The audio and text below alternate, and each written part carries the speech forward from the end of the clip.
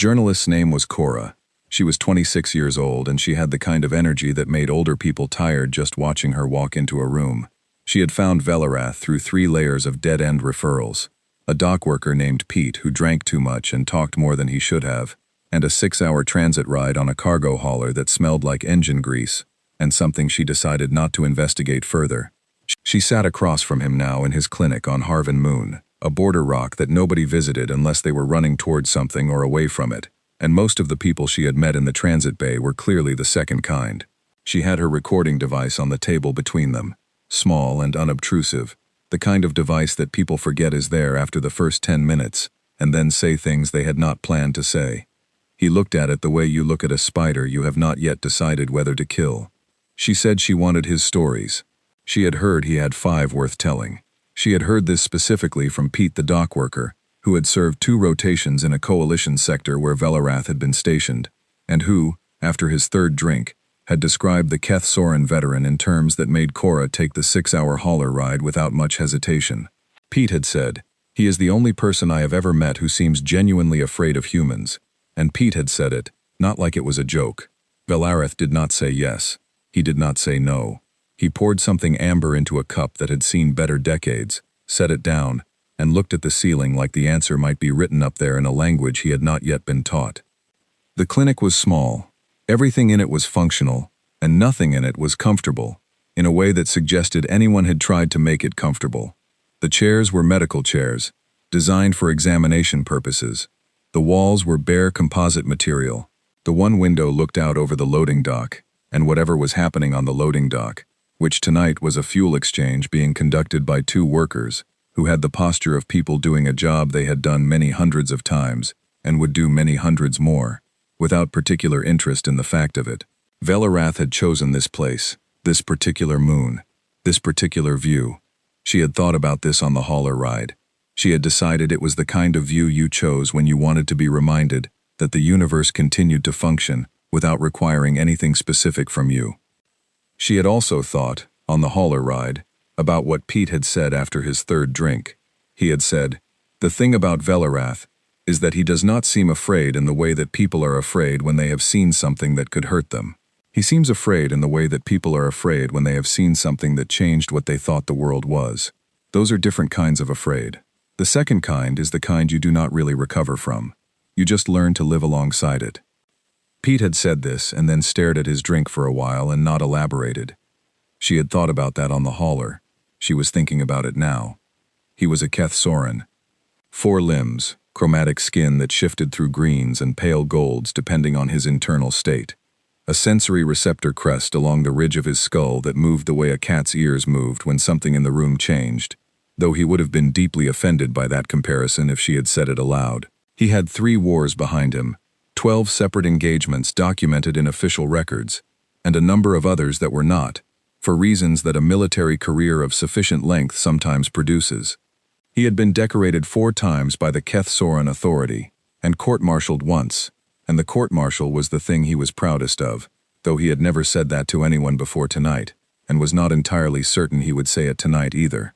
He had retired to this moon 11 years ago. He ran a small clinic that treated dock workers and transit crews for injuries they could not afford to have properly addressed elsewhere. He kept a quiet practice. He charged what people could pay, which was frequently less than what the work was worth, and he did not say anything about the difference. He asked very few questions about how people had gotten hurt.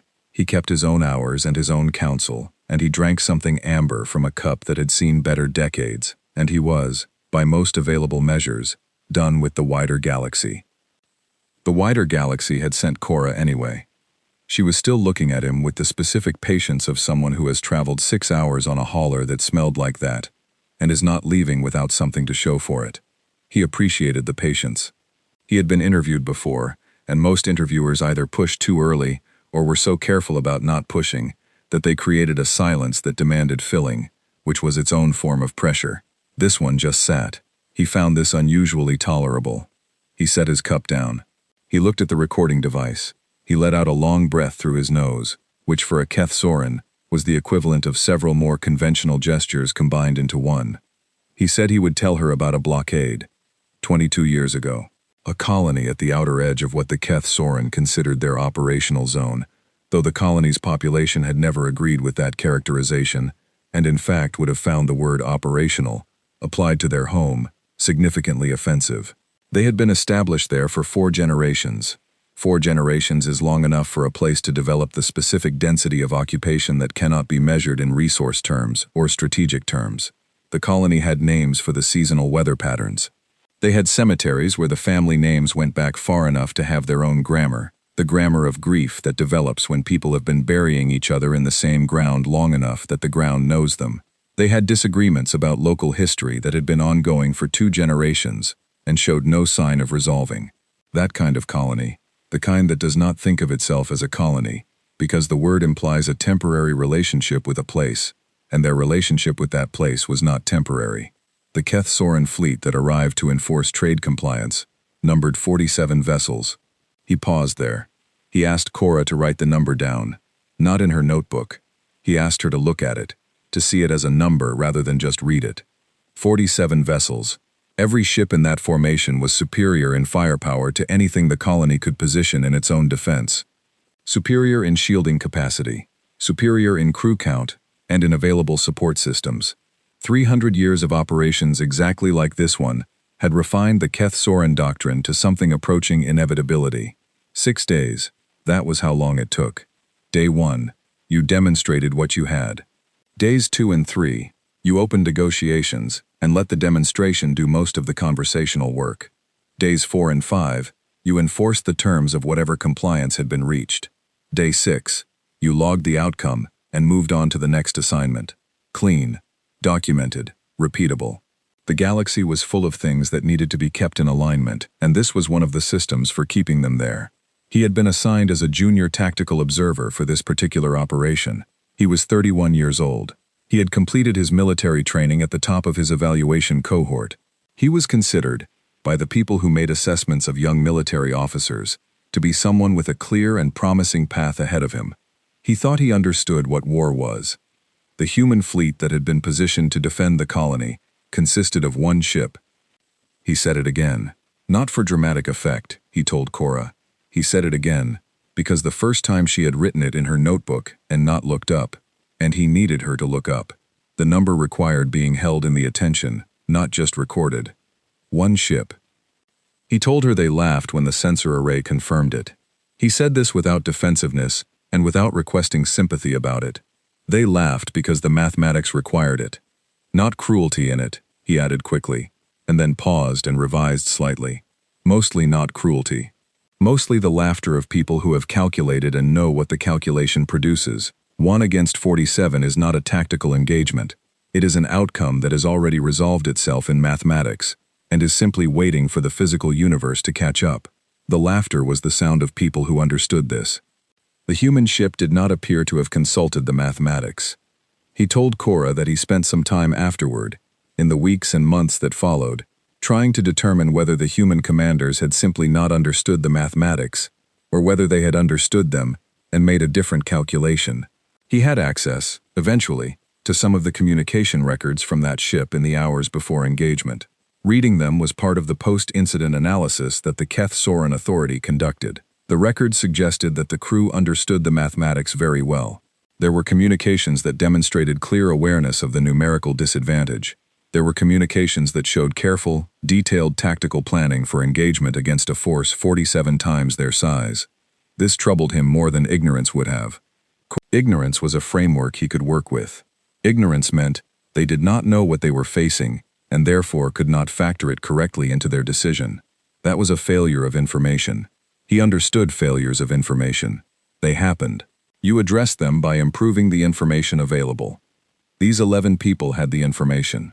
They had looked at 47, and they had looked at 1, and they had planned anyway. Not desperately, the records did not suggest desperation, but deliberately. They had planned for an engagement that the mathematics said they could not win, and they had planned it with the full awareness of what the mathematics said. He said, "That distinction is the thing I could not put down. Not a crew that did not know better. A crew that knew better and decided that knowing better was not the determining factor. It came in at full thrust and absorbed the first strike rotation without withdrawing. It lost its rear propulsion array in the second exchange, lost communication capability in the third. A standard Keth Soren damage assessment drone confirmed 3 separate atmospheric breaches in the hull, and significant casualties that would have degraded operational capacity, below the threshold at which a vessel of that class could meaningfully continue an engagement. The fleet commander declared it neutralized and called the standard protocol. Formation prepared to shift toward ground suppression, which was the next phase of the 6-day process. The colony would be contacted. Terms would be delivered. The sequence would proceed, as it had proceeded dozens of times before, in dozens of similar contexts. The human ship came back, not repaired, not in any sense that approached repaired.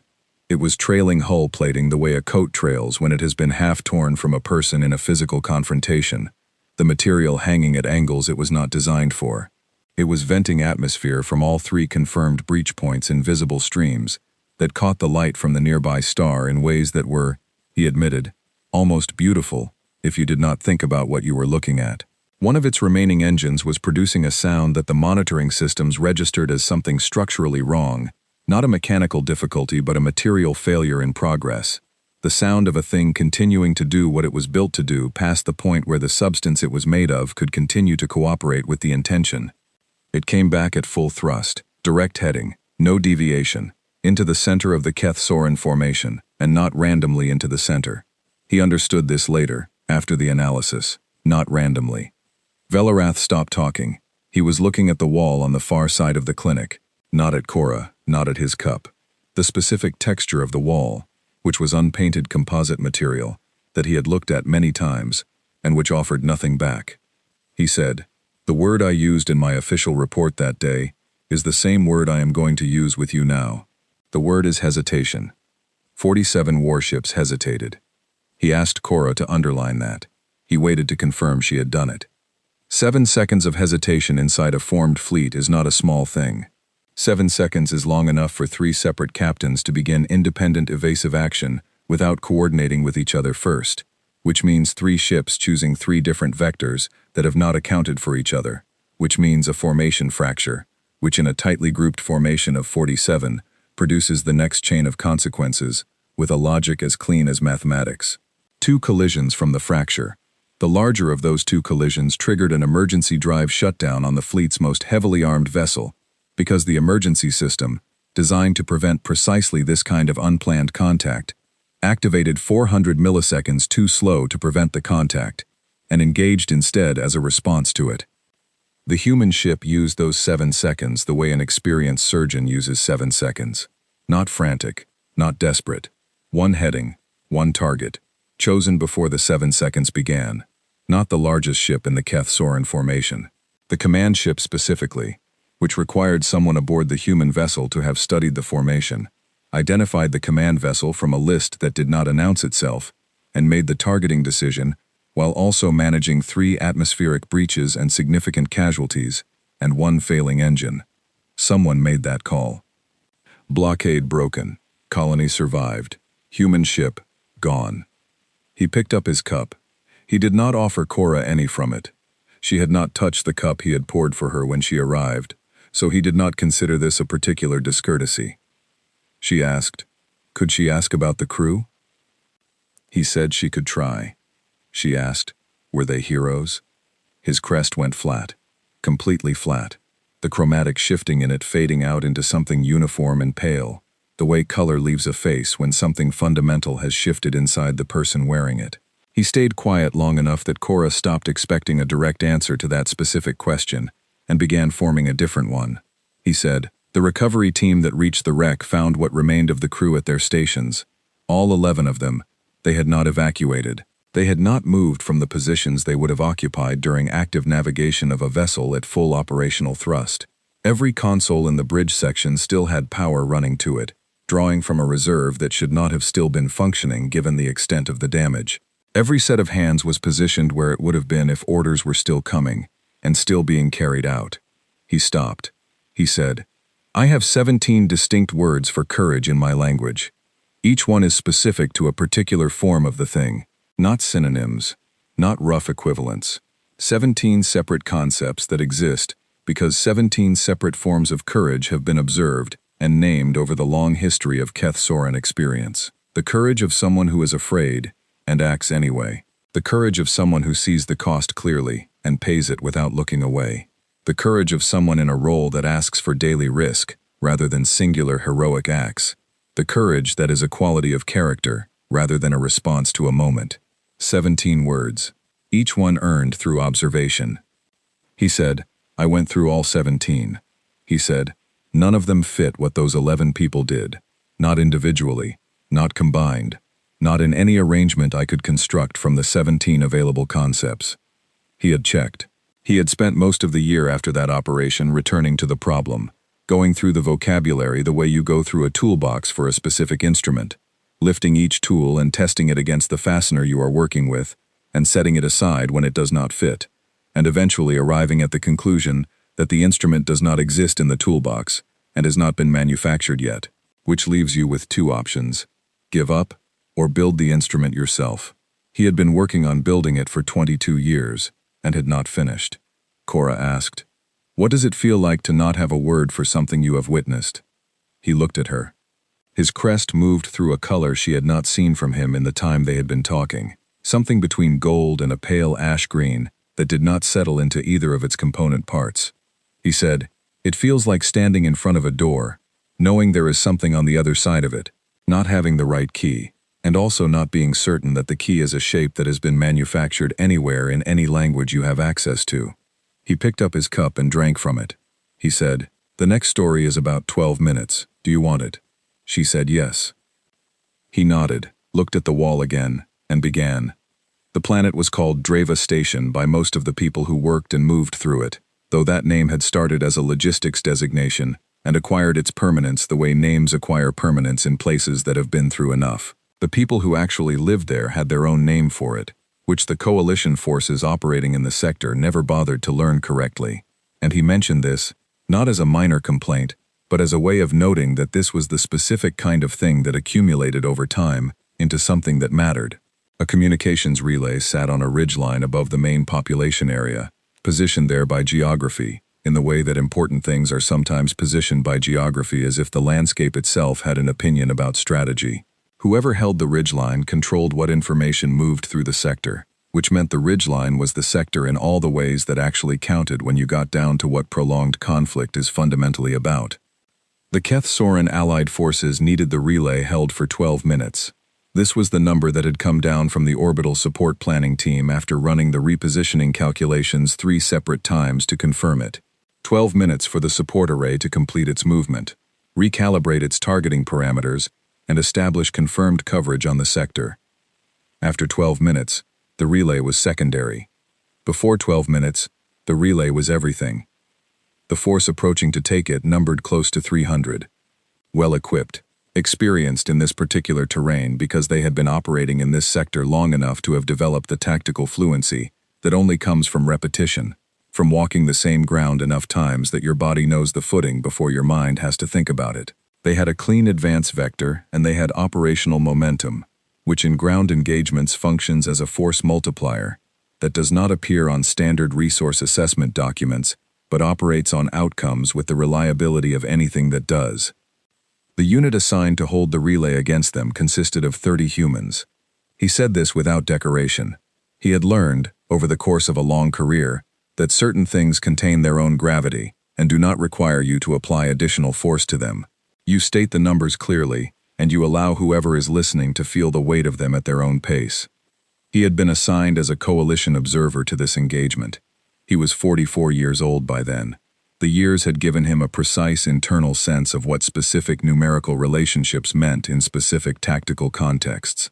30 against 300, with a 12-minute objective, produced a clear outcome in his assessment before he had reviewed the terrain maps, before he had been briefed on any factor beyond those 3 pieces of information. He had seen this calculation before, in different forms across different engagements. The calculation always said the same thing. A defensive force of 30 cannot hold a position for 12 minutes against a disciplined advancing force of 300 through a conventional defensive strategy. You can hold for a portion of that time. You can complicate the advance and make the 12 minutes more expensive for the 300 than they had planned for. But you concede the objective. You withdraw when the line is no longer sustainable. You preserve what can be preserved, and document what could not be held with available resources. That is what the calculation says. He met the human commander on the ridgeline an hour before the expected contact time. Her name was Alice. She was not physically imposing, which he noticed because he had spent enough time in coalition operations with humans to have learned that physical presentation and operational capacity did not correlate in humans the way they did in other species. She carried herself with the specific quality of stillness that belongs to someone who has already made the significant decision and is now in the phase of time that lies between the decision and acting on it. There was nothing performative about her stillness. It was simply the posture of a person who has completed one set of internal work and is waiting for the external circumstances to be ready for the next part. He presented his tactical assessment formally, as his role required, and because he thought she deserved to have accurate mathematics before the engagement. He walked through it carefully. The numbers, the terrain analysis, the approach vectors, the sustainable defensive window given available forces, his specific recommendation, a staggered withdrawal sequence commencing at the 7-minute mark, which would preserve unit integrity through the extraction and concede the objective while minimizing further loss. She listened to every word. He could tell she was genuinely listening and not performing the gesture of listening, which is a distinction that becomes visible over the course of a career if you pay attention to it. Then she asked him one question. She asked, which direction would the approaching force least expect contact from? He told her, the left flank of the approaching formation, exposed due to terrain that the approaching commanders had assessed as impassable for a unit the size of the one defending the relay. The assessment was technically accurate, for a unit of 30 in a conventional defensive configuration. Alice was not in a defensive configuration. He understood this as she asked the question, and something shifted in his chest, something he could not name that felt like recognizing a shape he had seen before, in a different context without being able to identify exactly where. She called her soldiers together. He watched from 15 feet away. She did not make a speech. He had observed pre-engagement addresses from commanding officers of 7 species, and most of them shared structural elements, because the structural elements served a measurable function. She did not use any of those structures. She told them 12 minutes. She told them the flank. She told them what the relay meant to the operation above them, and to the people the operation above them was designed to protect. She delivered this with the specific neutrality of someone conveying relevant information to people who were capable of forming their own response to it. She was not compelling them. She was informing them. The distinction was not subtle. They went left. He watched from the ridgeline. He had watched battles for 38 years in various professional capacities, and he had a reference library of what battles look like from a stable observation position. He had categories for the behaviors he was watching. The categories were the result of decades of careful, accumulated observation, and they had served him well. He stood on the ridgeline above Dreva Station and watched 30 people do something that existed outside his categories entirely. It was not the category of suicidal action. Suicidal action implies a dissolution of organizational purpose, a giving up of the coherence that distinguishes military behavior from individual desperation. These 30 people were not giving up. They were pressing with a visible, adapting organization, using the surprise they had generated as a resource the same way a larger force uses terrain or numerical advantage.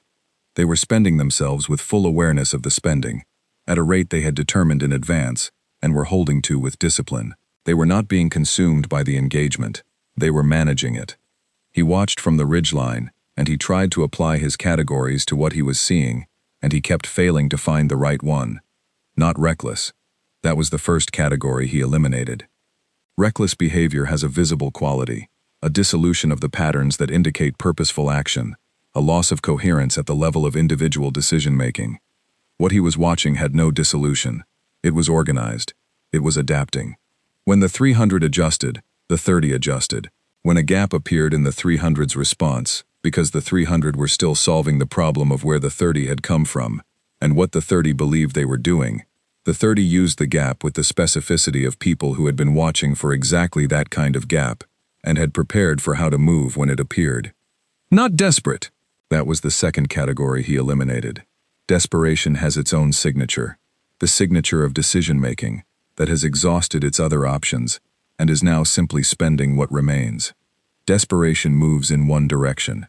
These 30 were moving in 3 directions simultaneously, coordinated, the movement of a force that had options and was choosing among them.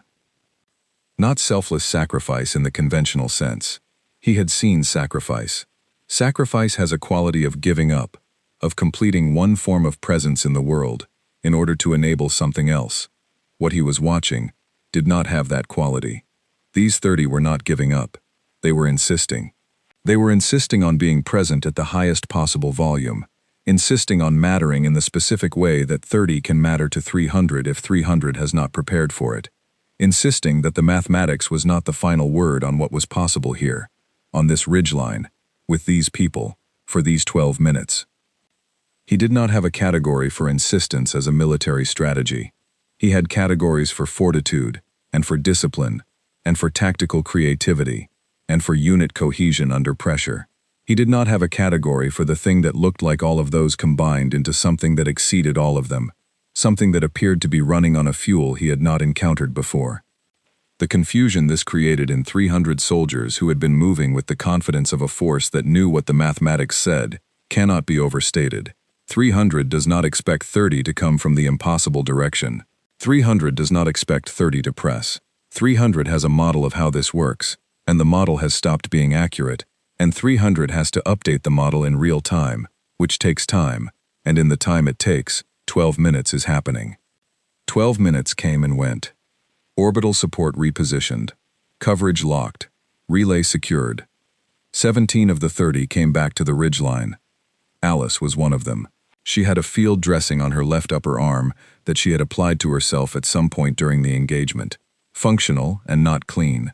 Applied by someone who has done this before in situations that do not allow for careful technique. He had been watching throughout, and he could not identify the moment when she had stopped moving long enough to apply it. He did not know when it had happened. He found himself looking at the dressing as a specific object, while the rest of the scene organized itself around him, the way you focus on a small particular thing when the large general thing is too large to take in directly. She came to find him after. He had not expected her to come find him. She walked to where he was standing and said, "Your allied forces have a coverage gap on the left flank, at approximately 200 meters south of the main ridgeline access. We could see it from our position. Someone with more time and more people than us could use it significantly worse." He said, "I will include that in my report." She nodded and went to find her people.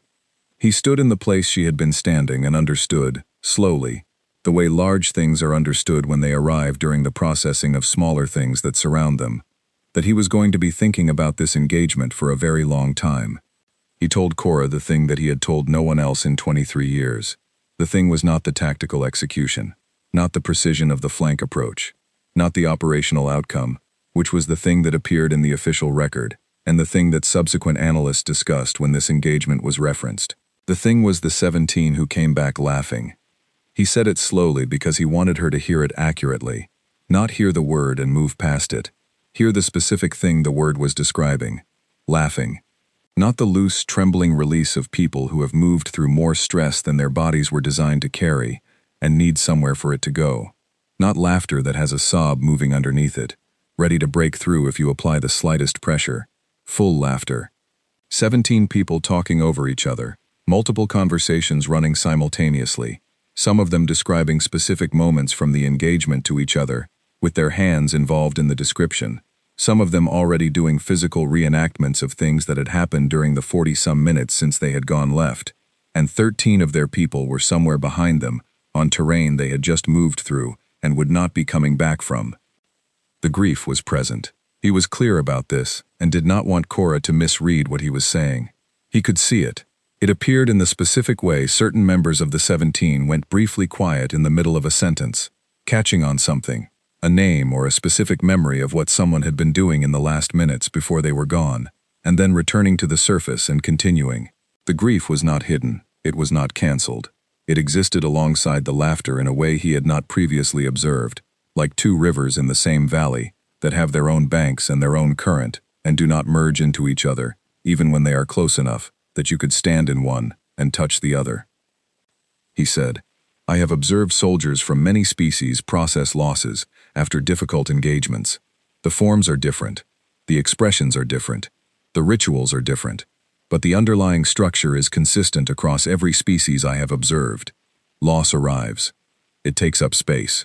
The unit goes inward around it. There is a period of quiet while the wound acknowledges itself. This is not weakness. This is how organisms of sufficient complexity process the loss of something that was part of their functional and emotional structure. Every species I have ever fought beside, or fought against, does this. He said, the 17 were not quiet, they were present. They were loudly, deliberately, actively present on that ridgeline, in a way that felt less like an absence of grief, and more like a specific decision about how to coexist with grief.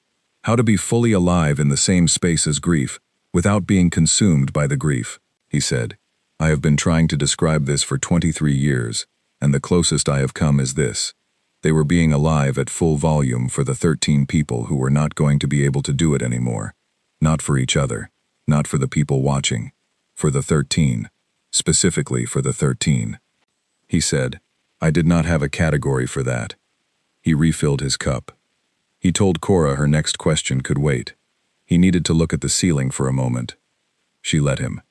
After a while he said, the next story is not about a battle. And then he stopped, and after a pause he said, that is actually the answer to the question you asked me earlier, about when it stopped being something I could analyze. The next story is where it stopped. She said, take the time you need. He nodded once, as if something had been confirmed, and he began. The planet's name, in the language of the people who had lived there through what had just happened to them, translated to something that came out approximately as where the river decides. He offered this to Cora without explanation, and she wrote it down without asking for one, which he appreciated. The war there had been over for 4 months when he arrived. The side that the Keth Soren Strategic Authority had identified as the correct outcome had prevailed, and he delivered this to Cora, with the specific flatness of someone reciting something they no longer believe, in the simple form they once believed it in, but have not yet constructed a replacement vocabulary for. The outcome had been certified. The post-conflict assessment had been conducted by the relevant relief authority, which had produced a resource allocation framework and a minimum viable stabilization protocol. He explained what this meant in practical terms.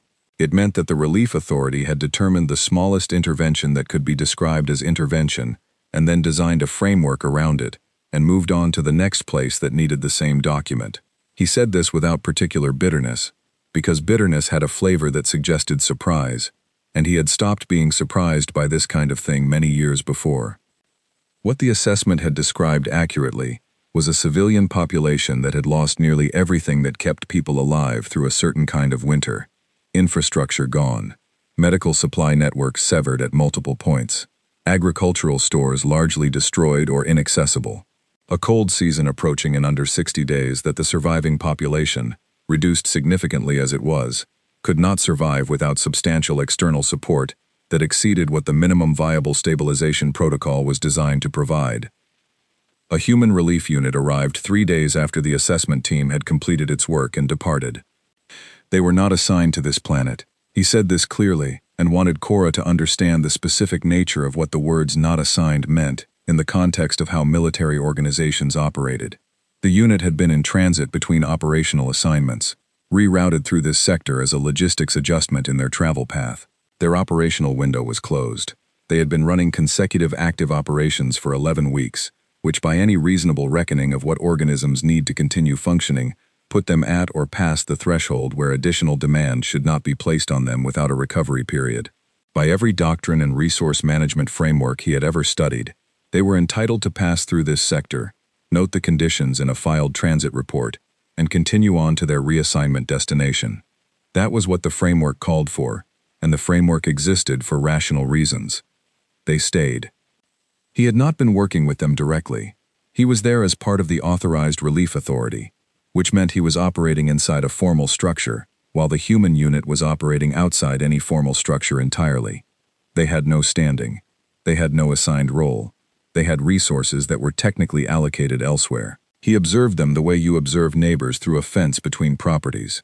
Not intrusively, but with the kind of attention that accumulates when something near you is doing something that does not fit the pattern of things you have seen before. The unit was commanded by a man named Owen. He was somewhere in his mid-50s, gray at the temples and at the back of his head, with the kind of eyes that have developed a specific relationship with difficulty through long exposure to it.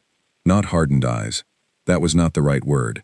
Eyes that had arrived at something like a working peace with the fact that difficult things exist and keep arriving, and had kept moving. He wore his rank insignia as though it were simply part of the uniform rather than a statement about himself, which in Velarath's experience was a quality that correlated reliably with a certain kind of competence. Velarath introduced himself on the second day. Owen shook his hand and asked immediately, without preamble, what the primary medical deficiency in the surviving population was. What single resource was most critically undersupplied relative to the scale of the need? And what was the highest impact intervention that an additional team with generalist training and a standard field medical kit could make within the next 72 hours? Velarath told him. Owen said that was useful and walked away to implement it without further ceremony. Velarath stood in the space after this exchange and thought, I have been in this profession for 38 years, and I have been thanked more in the last 30 seconds than I know what to do with by the simple fact of being asked a useful question and having the answer taken seriously. On the third day, he went to Owen directly and asked him for the reason. Not the surface reason. He wanted the actual mechanism. He had been watching the unit for 2 days, watching them allocate time and supplies and effort toward the reduction of suffering in a population to which they had no assigned obligation, and he wanted to understand the structural basis for it. He said, Your unit has no assigned mission here. You are expending supplies that are allocated to a different operational context. Your people have been running consecutive active operations for 11 weeks. By every established protocol I have ever operated under, your unit should be in transit right now. What is the reason you are here? Owen looked at him the way a person looks at someone who has asked why they breathe with their nose. He said, Because they need help. Velarath said, That is a description of the existing situation. I am asking for the reason underneath the description. Owen considered this, not dismissively. He actually thought about it, the way someone thinks about a question they have not been asked aloud before, because the answer has always been self-evident to them, and they have not previously had to articulate it for someone who did not share the self-evidence. He said, I understand the distinction you are making, but for us, those two things are the same thing. The need being present is the reason to address it. He said this without emphasis. He said it the way you state a fact about the weather. Then he went back to work. Velarath stood in the space where Owen had been standing and conducted the most thorough mental review of his career. Every military doctrine he had ever studied, every resource allocation framework, every strategic philosophy from every species he had encountered, every ethical system from every tradition he had read. He was looking for the one that said, the presence of need is the same as the obligation to address it, independent of assignment, independent of formal authorization, independent of available surplus, independent of relational connection to the person in need. He did not find it. It was not in any framework he had been trained in. Every framework he knew treated need as a real variable in a calculation that included other real variables, and the result of that calculation determined response. Need did not determine response by itself. Need was one input. Owen had just told him that for his unit, need was the entire equation. He could not find where to put this in any structure he had available. He thought about it through the rest of that day while he worked. He conducted a patient intake, performed 3 wound assessments, administered medication, and adjusted a drainage system that had been installed by someone doing their best with insufficient supplies. He did all of this competently, because competence had been his reliable baseline for 38 years, and it did not desert him even when he was conducting a parallel analysis in another part of his mind that was refusing to resolve. The parallel analysis was this. Owen had described a motivational structure that Velarath had no category for. Not a wrong category, not a category that needed revision. No category at all. The absence of the category was the thing he kept returning to. Because in 38 years of studying military behavior across many species, he had never before encountered something that simply had no place in his existing framework. He had encountered things that challenged the framework, things that bent it, things that required the framework to expand in order to accommodate them. But always the framework could accommodate them, given adjustment. This did not fit anywhere in the framework even with adjustment. This required something outside the framework entirely. He knew, intellectually, what that meant. It meant the framework was missing something. That was a rational conclusion, clearly supported by the evidence, and he was a person who considered himself committed to following rational conclusions where they led. But there is a difference between accepting a rational conclusion and knowing what to do with it, and he had not yet crossed from the first to the second. He thought about Owen's eyes, the quality of them that he had identified as a working piece with difficulty. He thought about whether a working piece with difficulty was something you developed by confronting difficulty differently than he had spent his career confronting it, or whether it was something that developed from a different relationship with the reason why you confronted difficulty in the first place. He could not determine which. He suspected it was the second. He could not yet determine what the second would feel like from the inside. He thought about the word because. In the framework he had operated under for 38 years, because was always followed by something external. Because it serves the objective, because it fulfills the assigned obligation, because the resource analysis supports this allocation, because the doctrine calls for it, because the calculation comes out this way. Every because in his professional experience pointed toward something outside the person doing the because, something that existed in the world of assignments and resources and doctrines and calculations, something that the person was responding to. Owen's because pointed inward, or rather, it pointed nowhere at all, because for Owen, the question of why had dissolved into the answer of what, and the what was simply, the need is here, the capacity is here, and those two facts together constitute the entire reason. No external authorization required, no calculation to complete, no doctrine to consult. The presence of the need and the presence of the capacity were themselves the full answer. He had thought for years that this was a failure of analytical rigor. He had revised this conclusion on the planet with the river name, and he had been revising it continuously since. What he had been calling a failure of rigor was actually a different kind of reasoning entirely. A reasoning that had already completed all the steps he was still working through, in such a thoroughly integrated way that the steps were no longer visible. The way an experienced reader no longer sounds out each letter. The letters are still there, the process is still happening, but it is happening below the level of visible effort, because the integration has been completed. Owen had not stopped reasoning.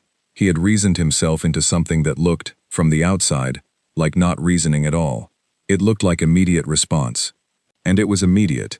But the immediacy was the result of a very long internal process that had concluded some time ago. The third night on that planet he lay awake, and went through the analysis, until the analysis made him too restless to continue lying still. He got up, and walked out through the edge of the camp. The night was cold in the way that promises a harder winter ahead, and the sky was clear enough to be full of light from the star field above them, and he walked without a particular direction, until the direction became the area where the human unit had been allocated their rest space. The space was softly lit. Most of them should have been in their off-duty period. The space was not empty. 4 of the unit were sitting on the ground near the entrance with a group of children from the local population, and there was a ball involved, and whatever the rules of the activity were, they had been substantially modified by general agreement to allow the children to throw the ball at the humans from as close a range as they could get, and with as much force as their arms could produce. The humans responded to each impact with theatrical displays of being devastated by it. 2 of them were bleeding slightly from impacts to the face, and appeared to find this approximately as significant as the ambient temperature. The children were delighted in the specific way that children are delighted when adults are willing to be absurd for them, which is to say, they were completely, unconditionally delighted, and the delight was loud. Deeper inside, through an open panel, 2 others sat with a group of adult residents who carried the particular stillness of people who have lost so much recently, that they are still in the phase of cataloging it. No one was talking. There were ration packs being divided and shared, done slowly, in the silence of people who have arrived at the specific understanding that sharing what you have with someone who has less is a complete act that does not require narration. In the far corner of the space, apart from the others, a young human soldier was sitting with an elderly person from the local population. The elderly person was small, in the way that people become small when the world has taken a great deal from them in a short time. They were sitting very close together. The elderly person was touching the young soldier's face with both hands, both palms, slowly, with the focused attention of someone tracing the shape of something they need to keep in their memory. They were making a sound. Low, continuous. A sound that did not require translation because the frequency and quality of grief do not change enough between species to become unrecognizable. The soldier was not moving, not performing stillness, which is a different condition, and visible is different when you have learned to see it, not managing discomfort. Her hands were resting in her lap, relaxed. Her face was quiet. Her body had no tension in it. She was present, entirely, specifically present in that corner, letting the sound exist around her, letting the hands be on her face, being the thing that was needed there, without requiring the thing that was needed to justify itself to her. Nobody had told her to do this. Nobody was watching except Velarath, standing in the dark outside the space, and he was aware that his being there was itself a form of witness he had not been invited to provide. He stood there for a long time, long enough that the game with the children eventually wound down and the children were taken back to their spaces by the adults who had been watching, long enough that the sharing of rations concluded and the adults moved back toward their own quarters with the specific careful movements of people who are conserving what energy they have left, long enough that the sound in the corner changed quality, moved from the acute sound of grief arriving into something slower and more settled, the grief having said what it needed to say and beginning to find its resting place. The soldier stayed until the elderly person lowered their hands. Then she said something. Quietly. He was too far away to hear the words, and he thought the words were probably not the point. She sat for another moment after she spoke. Then she stood carefully, the way you stand when you are taking care not to disturb something that has reached a fragile equilibrium, and she moved toward the rest of her unit. He walked back to his medical space and lay down. He lay on his back and stared at the ceiling, and he thought with great care about what he had just seen, and he could not, in the several hours before morning arrived, construct an adequate explanation for it. He said to Cora, "I have observed kindness many times. I want to be accurate about this. I have observed it across every species I have worked alongside. I have seen soldiers do genuinely good things for strangers, in hard circumstances. I did not think of myself as a person who would be surprised by kindness. I had seen it. I thought I understood its mechanism. The mechanism was this: kindness arises from connection, or from ideology, or from the neurological response to nearby suffering that makes addressing the suffering preferable to continuing to be near it. One of those three. Always one of those three, or some combination of them." He said, "I stood in the dark outside that space for a long time, and I tried to apply those three mechanisms to what I was looking at in that corner. The connection mechanism did not apply. There was no connection. There was no history, no relational framework of any kind between those two people that created an obligation in either direction. The ideology mechanism was not visible. There was no one watching, no institutional framework pointing toward that corner. The neurological mechanism pointed away from it, being fully present in someone else's grief at the end of 11 consecutive weeks of operational demand is not the neurologically comfortable option. The neurologically comfortable option was sleep." He said, "She chose the corner." He said, "She chose." He said the word again, alone in its own space. "Chose," he said. "I have been thinking about that word, applied to that corner, for many years. I have not stopped arriving at the same conclusion, which is that I do not have the instrument to measure what I saw. Not because the thing I saw is immeasurable, because I do not have the instrument. And I think I do not have it, because I was not built in a world where that kind of choosing was the structure underneath everything. I was built in a world where choice follows from reason, and reason follows from connection or obligation or advantage. That corner had none of those antecedents. That corner had only the need." He said, "Owen told me the need being present is the same as the reason. I did not understand what he was saying until I stood in the dark outside that space." He said, "I understood then, and I have not been able to unknow it." Cora sat with that. After a moment he said, "The next story is harder to tell, for reasons that are different from the reasons the other ones are hard." She said she understood. She asked if he wanted to stop. He said no. She said, "Okay." He looked at his cup, set it down, said good. And he told her about the thing he had been in the room for. He did not open with battle this time. He opened with the word demonstration, and said it slowly, the way you say a word you have lived inside long enough to know the weight of every part of it. There was a period, he told her, when Keth Soren High Command had developed a working model for managing the expanding human presence in the coalition structure. The model was built on real observation. It was internally coherent. It had the quality of theories that develop in rooms occupied by intelligent people who are applying genuine analytical skill to accurate information and arriving at conclusions that are wrong because the framework they are applying is not adequate to what the information is actually describing. The working model said, humans form strong attachments to specific people, specific places, specific outcomes. These attachments are the engine of their behavior. Understand the attachments, and you understand the humans. Control what is threatened and what is protected among those attachments, and you direct the behavior without requiring direct confrontation. Love was the leash. Attachment was the mechanism of compliance, if you understood how to hold it correctly. He said this without editorial comment. He said it the way you describe a mistake that had consequences, which is to say clearly and without softening it. A strategic decision was made to demonstrate to a human allied colony that Keth Soren alliance support was preferable to human military protection. The demonstration required constructing a situation. A human military convoy operating in a jointly patrolled corridor would be struck.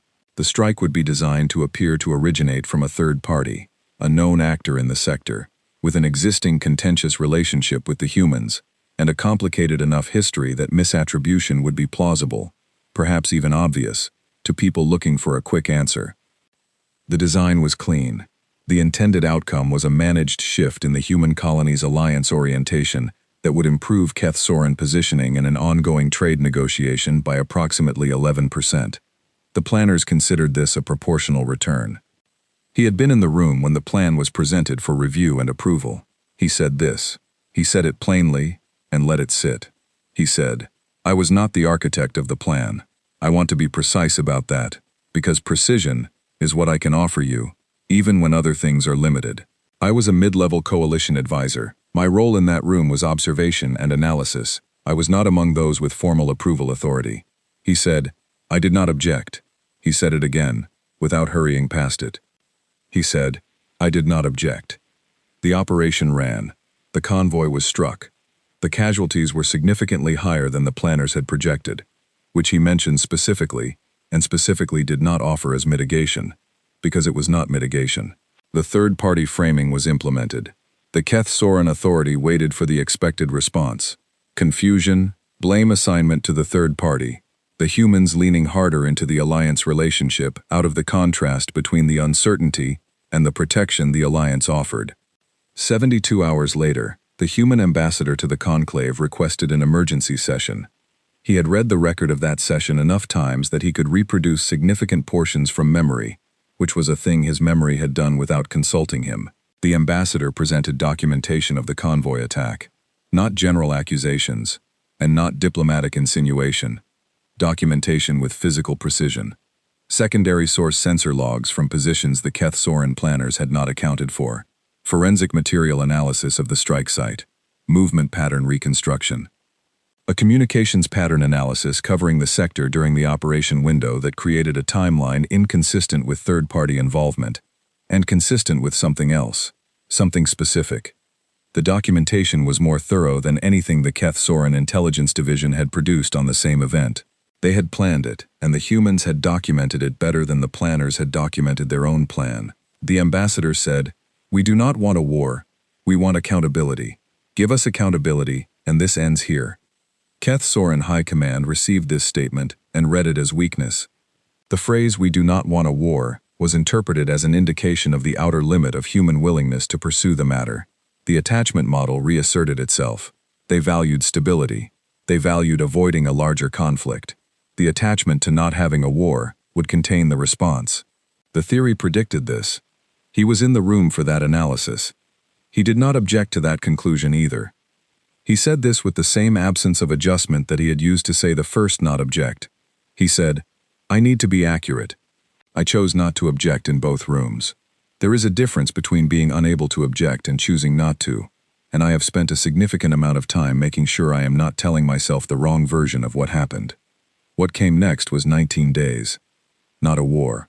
He was careful about this because the word mattered. A war has a front and a duration, and a shape that grows as each side responds to the other, and the response creates conditions that demand further response. This had none of those characteristics. It had the characteristics of a very specific answer to a very specific question. No civilian infrastructure anywhere in Keth Soren space was touched. No population centers. No commerce disruption. No general communications. No ultimatums broadcast to the wider authority. No demonstrations of force toward anyone not directly connected by traceable action to what had happened in that corridor. The three installations that had planned, supported, and executed the convoy operation were removed from operational status with a targeting precision that was, from a purely professional analytical standpoint, remarkable. Not destroyed broadly. Not damaged in the way that sends a general signal.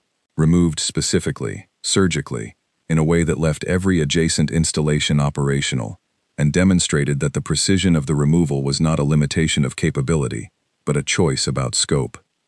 The 7 individuals who had been in the room where the plan was reviewed and approved and authorized were arrested. Not the general command structure, not the wider advisory population, the 7 specifically responsible. Arrested and transferred to conclave custody, with documentation attached to the transfer that laid out exactly what they had planned, what they had authorized, and what the outcome had been, with the full evidentiary record included. The same record was published simultaneously to every member species in the conclave. 11% on a trade negotiation. The conclave now had that number in context. 19 days. Then it was over, in the specific sense that a thing is over when it has achieved its stated purpose, and the party that has achieved it stops. He sat across from Cora and said, "I was not at any of those installations. I was not among the 7 who were transferred. I want you to have those facts accurately." He said, "I was in both rooms. I chose not to object in both rooms. The 7 included 3 people I had been in the room with. The distinction between my role and theirs is one I have spent a long time examining. I have not found it to be as large as I initially hoped it would be." He said, "The thing I have not stopped thinking about is not the scope of the response. It is the restraint in the scope." He said, "I want to tell you what the precision communicated to me specifically, as someone who had spent decades studying how military engagements communicate information between parties. Every engagement has 2 layers. The first layer is what happens. The second layer is what each party learns about the other from what happens. The second layer matters more over time, because it shapes every subsequent decision. You learn from the second layer whether someone holds under pressure or folds, whether they escalate proportionally or disproportionately, whether their stated limits are their actual limits, or whether the stated limit is a negotiating position with room behind it, whether the doctrine they operate under matches the behavior they produce when the doctrine is tested by something real. In 38 years I had developed a reliable sense for reading the second layer. I watched those 19 days and I read it. Disproportionate response tells you, the party doing this has reached the edge of their own control. They have been hurt more than they were prepared for. They are operating at the boundary of what they can manage. There is a strange kind of comfort in disproportionate response, from the perspective of the party receiving it, because it implies limits being approached. Limits being approached means limits exist. Accurate response tells you something completely different. Accurate response tells you, the party delivering this is in full control of what they are doing. They have assessed the situation, determined what is proportional to the wrong that was done, and delivered exactly that. Everything outside the proportional measure was withheld by choice. Accurate response tells you that the party knows precisely what they are capable of and has elected not to show you all of it today. Those 19 days were accurate response. The most precise and accurate response I have ever observed in my professional lifetime, and what that precision communicated to me, reading the second layer, was a number I could not put a ceiling on. He said, "I have spent my career observing how power expresses itself. The correlation I have found most reliable is this: the institutions with the most genuine power are almost always the ones that need to demonstrate it the least. The demonstrations get louder as the actual capacity gets smaller. The quietest demonstrations come from the largest wells of it. This is not a universal law, but it is a reliable pattern." He said, "The humans were very quiet about those 19 days.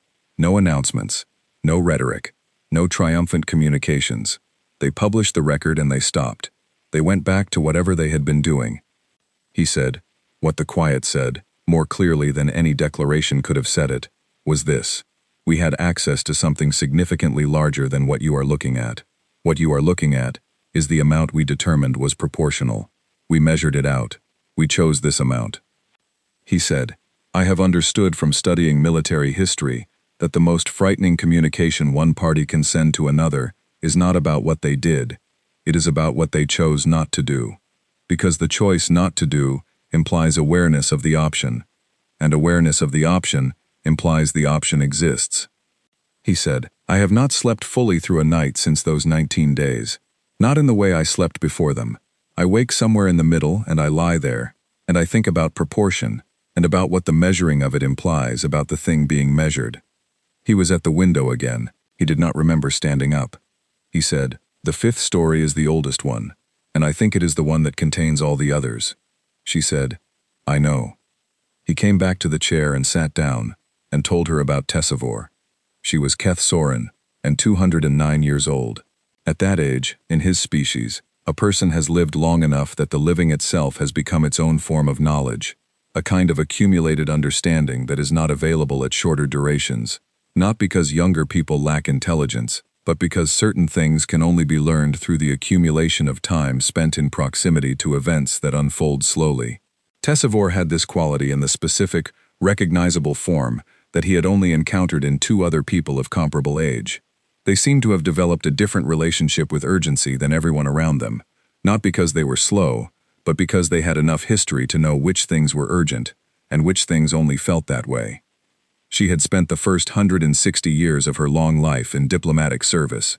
First contact work, which is the most irreversible kind, the initial exchanges between two civilizations who have not yet learned whether the other's silence means thinking or threat, have not yet learned whether a movement of the body is communication or reflex, are still discovering what respect looks like when you do not share any prior definitions of the word.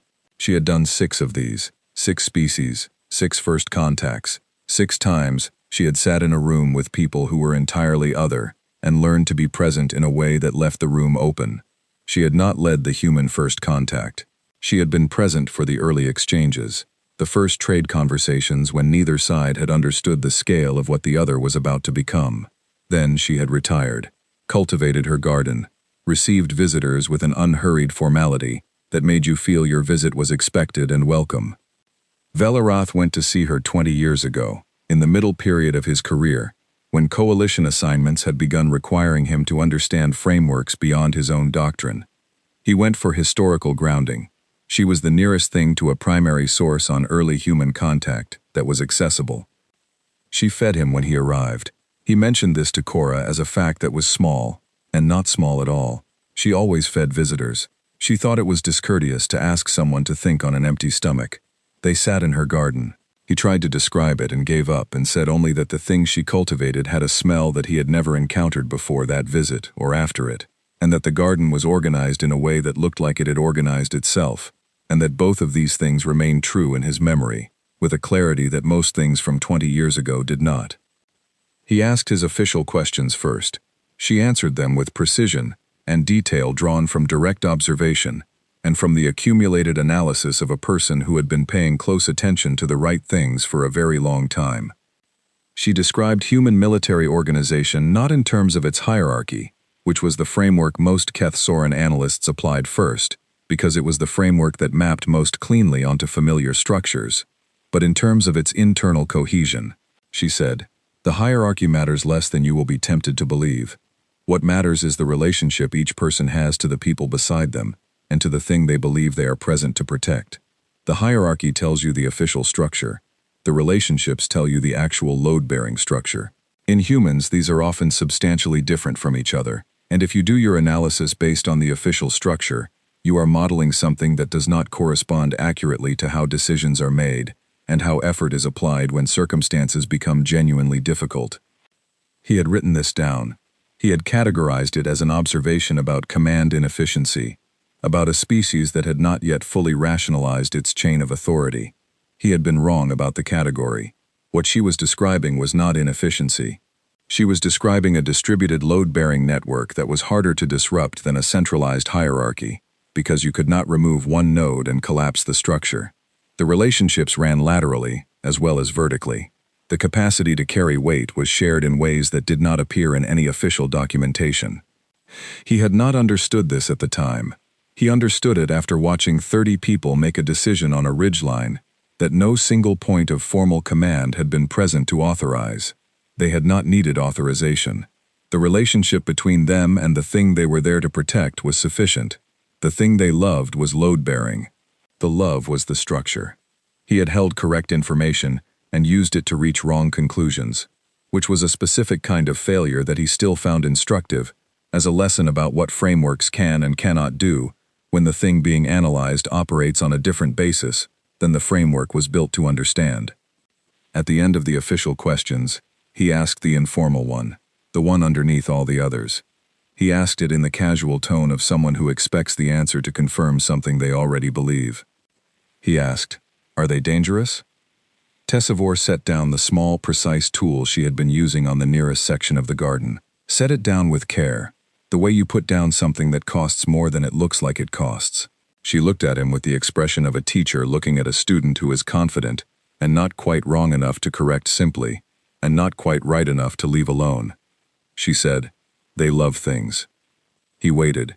She said, "That is the whole answer." He had thanked her, completed the visit, left with his notes. Written in his assessment file, HFY notes strong social bonding in human units. Possible tactical application, targeting relationship structures as an influence vector. He told Cora this, the same way he had told her about the 2 rooms, flatly, without requesting anything back from the telling. He said, "I took what she gave me and I wrote a tactical memo." He said, "I did not understand what she was actually saying." He understood it now. He had assembled the understanding over years, piece by piece, in the dark, working by touch. The pieces had arrived in a specific order, and looking back at them now, he could see that they had to arrive in that order because each piece changed the shape of the space into which the next one could fit. The ship, 11 people coming back in a vessel that could not rationally be expected to move, a colony behind them with 4 generations of names and cemeteries, a place that had become the specific density of home that a place becomes when people have been burying each other in it long enough. They had been assigned to protect it. The assignment was larger than the ship, and larger than the crew, and larger than any calculation of what 11 people could do. They loved it. The relay. 30 people going left into 300, because 12 minutes was what the operation above them required, and they were the ones in the position to provide it. And the people above them needed those minutes for something that protected something else, that protected something else. 17 coming back with their grief and their laughter running parallel, being alive at full volume for the 13 who were not going to be able to do it anymore, being alive loudly for them specifically. They loved them. The corner, a young soldier with 11 consecutive weeks of operational demand behind her, sitting with a stranger's grief in her hands, because the stranger needed someone to sit there, and she was present, and the need was the reason, and the reason was enough. She loved the need itself, the 19 days, the precision, the restraint, the complete, quiet, documented response that communicated more through what it withheld than through what it expressed. People in that convoy who would not come back, people who had been counting on them and would not stop counting on them because counting does not have a switch. The restraint was not cold strategy. The restraint was love choosing the form of its consequence, love choosing how much weight to let fall and exactly where to let it land. HFY had said, "They love things." She had not said, "And this makes them predictable." She had not said, "And this makes them manageable." She had not said, "And this is how you hold the leash." She had said it, as a complete description. They love things. The way you say, "Water runs downhill."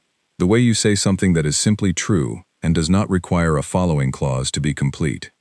He said, she was not describing a bonding characteristic. She was not describing a social dynamic. She was not giving me a tactical observation.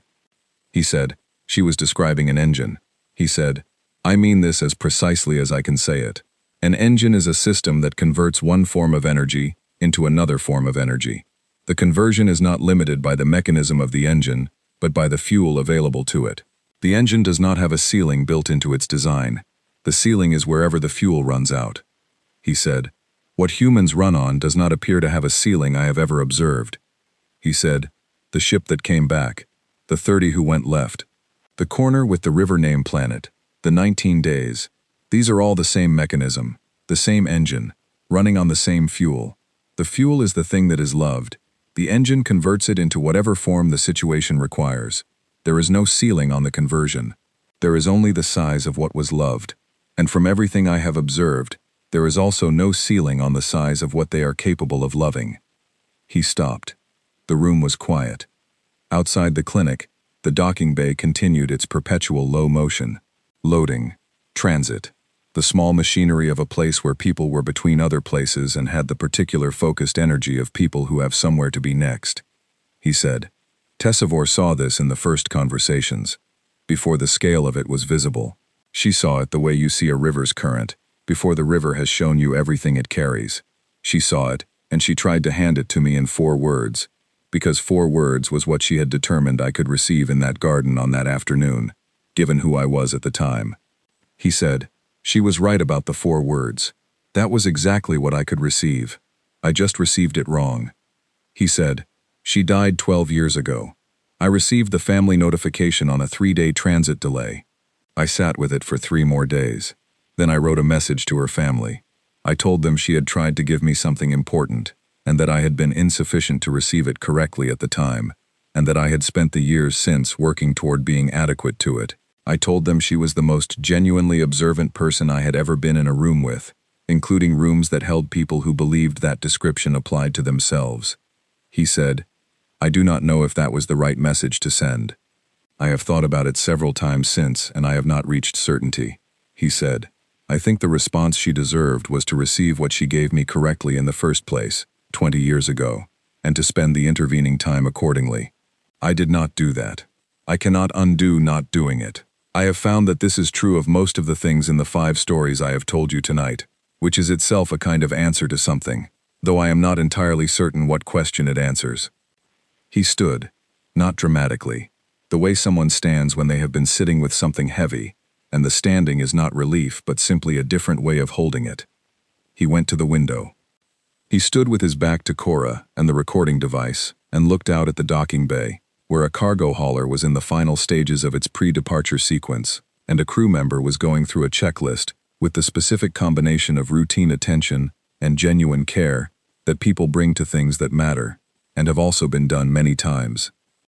Cora said, What do you do with it? All 5 of them. Everything you have told me tonight. He said, I run this clinic. She waited. He said, I ask very few questions about how people got hurt. He watched the hauler. He said, sometimes, when I think I understand something a little better than I did the day before, I find a way to act on it that is within my current capacity. I treat someone when the formal systems have not left a space for them. I stay past the end of the official window because the need is still present. I sit with something that needs sitting with. I ask what the highest impact thing is, and I do that thing. He said, these are very small compared to what I described tonight. He said, I think HFY would say they are correctly sized for where I am right now. I think she would say that starting is the significant part, and the size expands as you keep going. He said, I think she would also say that I was 30 years late starting, which is accurate, and that the 30 years is not a reason to delay further, which is also accurate, and that she would offer this assessment without any particular judgment attached to it, which would be entirely in character for a person of 209 years, who had seen enough to understand that most people arrive at things late, and that late is still a form of arriving. He said, I have been trying, in the 11 years I have been on this moon, to understand what it would mean to operate the way Owen operated, the way the soldier in the corner operated, the way the 30 on the ridgeline operated. I do not think I am capable of it in the full sense.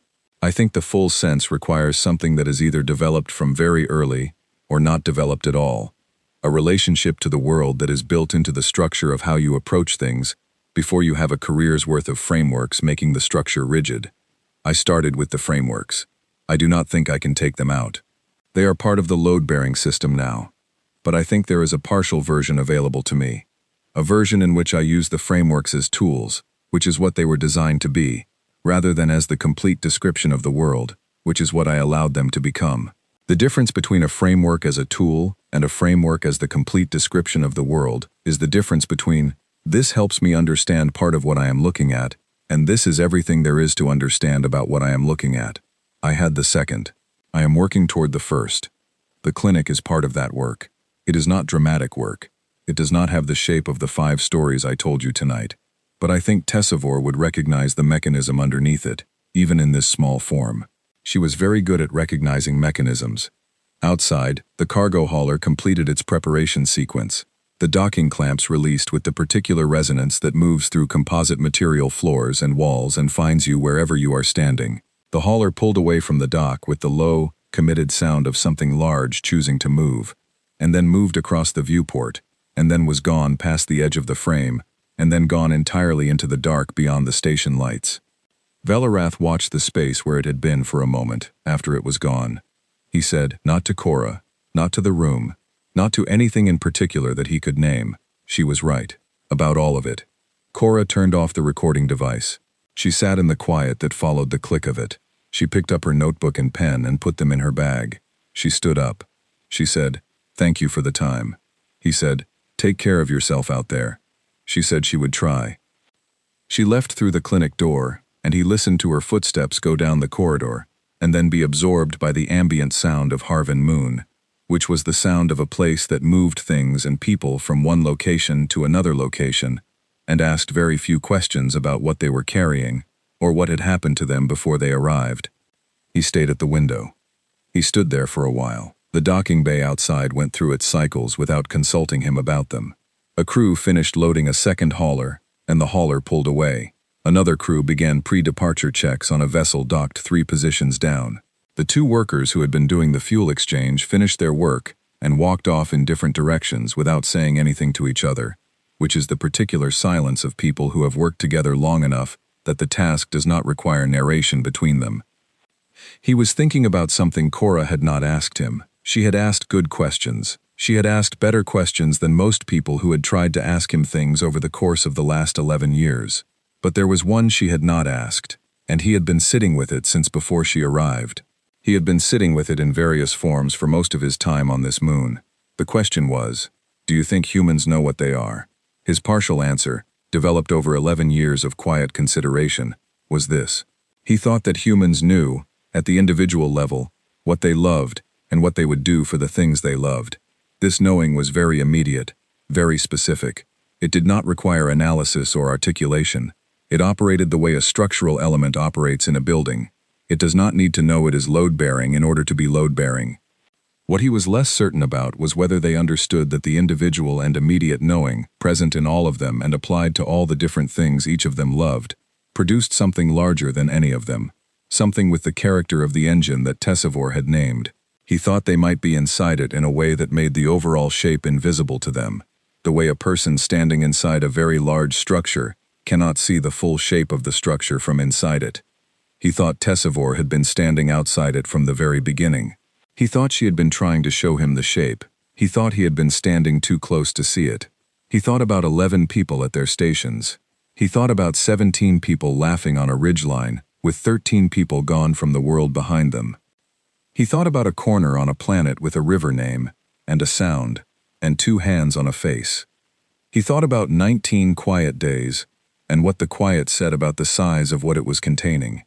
He thought about a garden that smelled like something he had never found again, and 4 words, and a woman 209 years old who had been trying to hand him the shape of something he had not yet grown large enough to hold. He stood at the window and held all 5 of them and let them be what they were, which was the stories that had changed the shape of the inside of him irreversibly, the stories that had required him to build new vocabulary, because the existing vocabulary was not adequate to what he had witnessed, the stories that had sent him to a border moon with a small clinic, and a question he was still working toward being adequate to. He refilled his cup. He looked at the dark beyond the viewport. He let the quiet be the quiet. He said, one more time, to nothing in particular. She was right about all of it. Then he went back to work.